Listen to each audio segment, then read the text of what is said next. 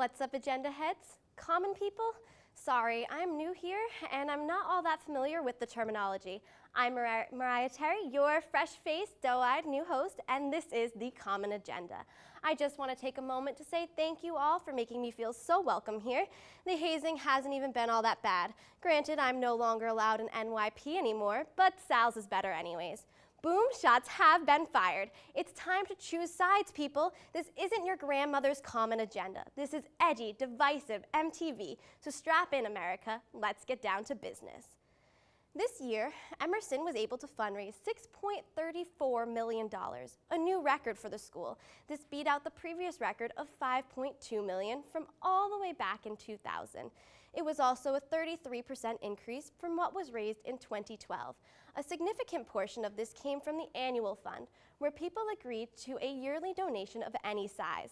This year, $750,000 came from the fund, $2 million came from a very generous donation by Leo Hindery Jr., a managing partner of the private equity firm Intermedia Partners. This fundraising money is expected to be focused, amongst other things, on improving and expanding the Los Angeles campus, as Emerson continues its futile mission to make Los Angeles a little less horrible for everybody. Keep fighting the good fight, guys. On Friday, September 20th, some disturbing graffiti was found in the Iwasaki Library. 2 swastikas were drawn onto one of the library's newly installed chalk pillars. The following Monday, Dean of Students Ronald Ludman was sending out an email to faculty and students about the incident. Offensive messages have been seen written on campus previously, in an elevator in the Little Building and in the men's restroom of the library. Diversity educator programs were scheduled in response to those events, and this latest one is expected to be handled similarly. But as of now, nothing has been officially scheduled. Though the culprit is still unknown, campus police continue to investigate. I don't want to undercut this one with a joke, but I'll just say that I long for the days when graffiti was limited to juvenile slang, like how the elevator in P Row still says bukkake. Those were the good old days when I wasn't here. Class of 2010 graduate Graham Wright recently stopped in Emerson to brag about his meteoric rise to fame. Graham, a film producer major, is now working on Ironbound Films, an independent production company that recently put out a film that Graham produced. Evocator, the Martin Downey Jr. movie, chronicles the rise and fall of trash television. Producer Martin Downey Jr., no relation to Iron Man, weird, right? Anyway, production of the film took about 3 years, and Graham, a veteran of Emerson's Frames Per Second Club, had a hand in everything, from shooting to editing to production. Wow, what a well-rounded film boy. So, all you kids out there struggling to keep your heads up in clubs like FPS and Spec, just remember, some people were in those clubs and later succeeded. Were those clubs the cause of their success? Maybe, maybe not, but you can't prove they weren't. It's time for everybody's favorite segment, the Jamie Sanders Variety Show. Hey Jamie, who do you have for us this week?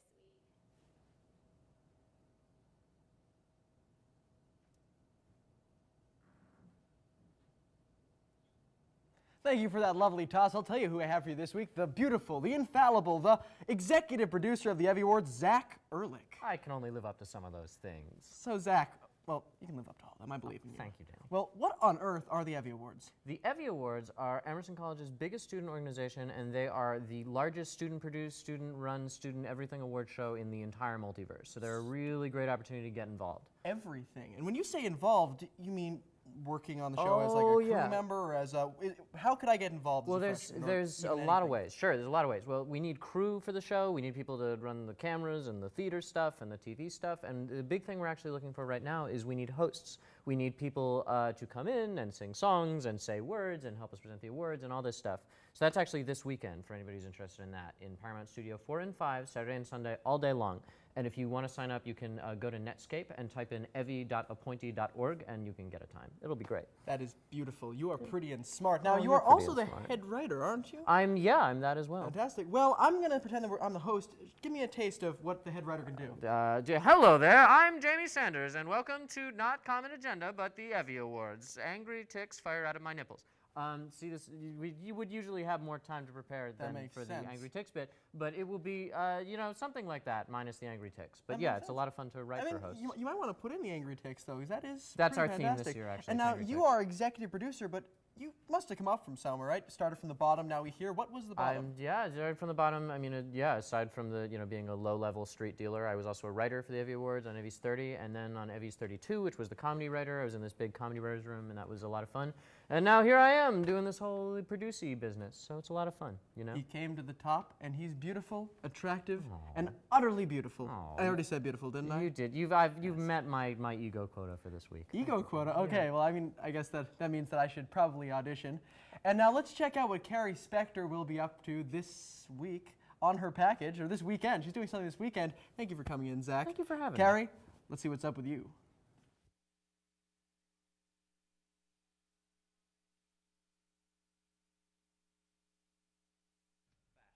For years, ancient humans believed that style was simply who had the warmest animal skin. Now, it's who has the tightest. Hello, I'm Cary Spector, and my knowledge of fashion extends to, well, me knowing that I'm currently wearing clothes. So what am I talking about it for? Well, this is Weekend in the Bean, and this week is Fashion Week.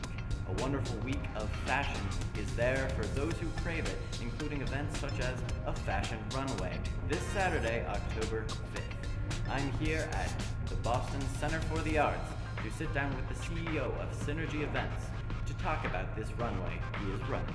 Let's check it out.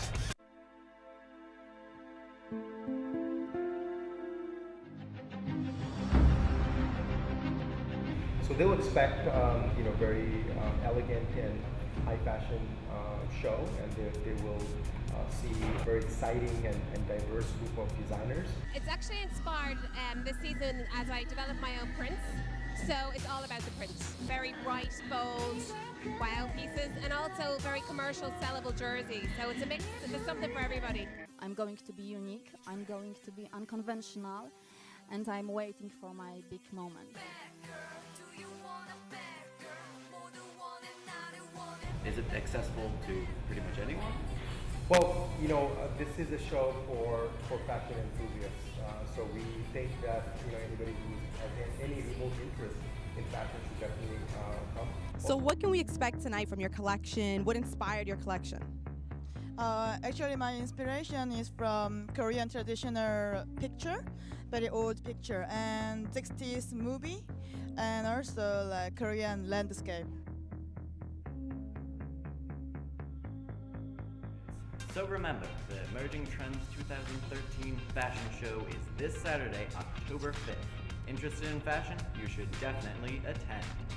That's all for me. Cary, out. See you guys next week. Hey Emerson folks and parents, and maybe even some alumni of Common Agenda.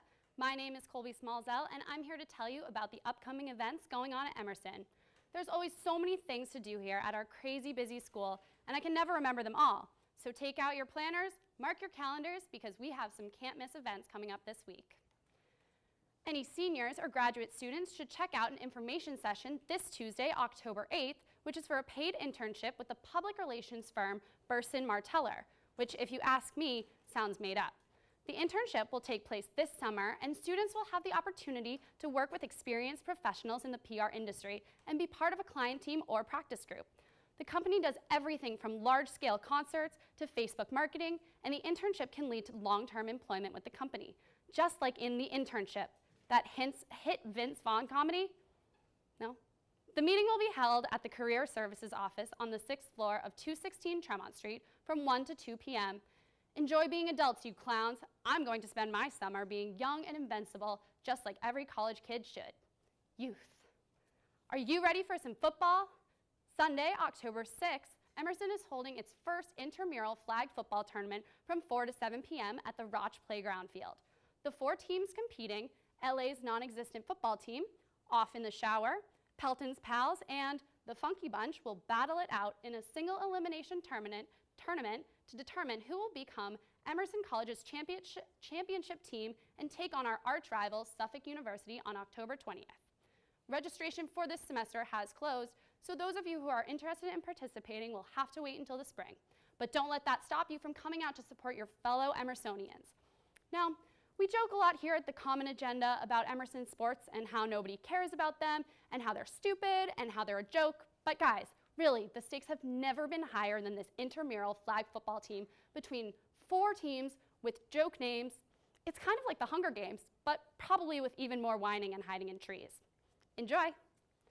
Jimmy's Traveling All-Stars, the hilarious Emerson sketch comedy group, will be having their first show of the semester entitled We're a Band Now, this Monday at 8 in the Cabaret.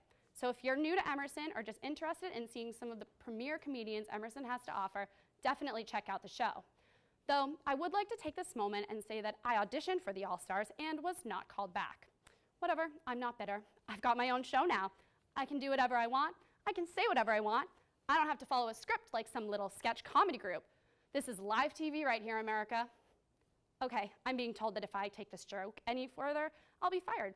So let's just move right along.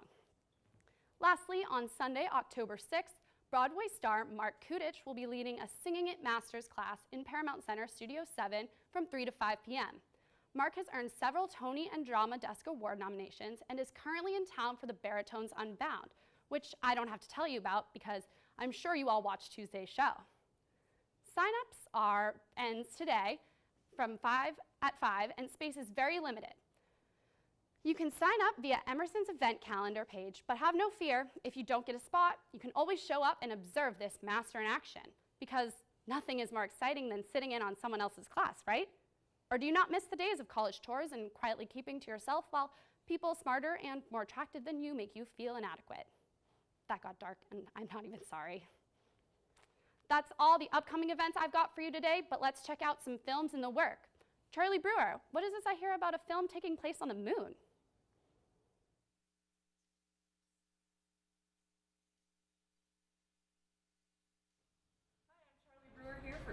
Focus into Film. I'm here with Ryan Ross, the executive producer of To the Moon, his BFA thesis project. Hey Ryan. How's it going? How's it going? I'm good, how are you? Good. So tell us a little bit about To the Moon. So To the Moon is a BFA thesis film about the faking of the moon landing and centered around one of the NASA executives who pretty much reveals the truth behind the whole conspiracy regarding NASA in the late 60s, and it's pretty much it. Tell us how you got the idea to do that. My director, Andrew Zeddy, approached me regarding this decision. He was like, let's do a movie about faking the moon landing. And I was like, what? That sounds crazy, but I was like, it does sound crazy. Right now at our facility, America's best engineers and scientists are working on putting the first man on the moon.